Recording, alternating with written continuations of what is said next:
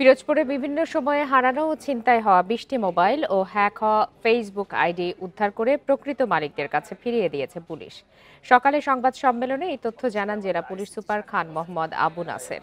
এ সময় তিনি বলেন, জেলার বিভিন্ন উপজেলা থেকে সাধারণ ডায়েরি অনুযায়ী ২০টি মোবাইল ফোন ও 5টি ফেসবুক অ্যাকাউন্ট উদ্ধার করে মালিকদের কাছে হস্তান্তর করা হয়েছে।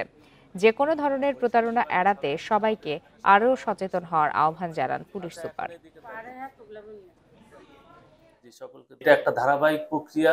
আমরা ইতিপূর্বে অনেকবার এরকম ধরনের হারানো মোবাইল, হ্যাকড আইডি, ফেসবুক এবং বিকাশ এবং নগদ এবং অন্যান্য যে ফাইন্যান্সিয়াল ক্রাইমগুলো আছে এগুলোর মাধ্যমে টাকা পয়সা উদ্ধার করে আমরা ভুক্তভোগীকে পৌঁছে দিয়েছি।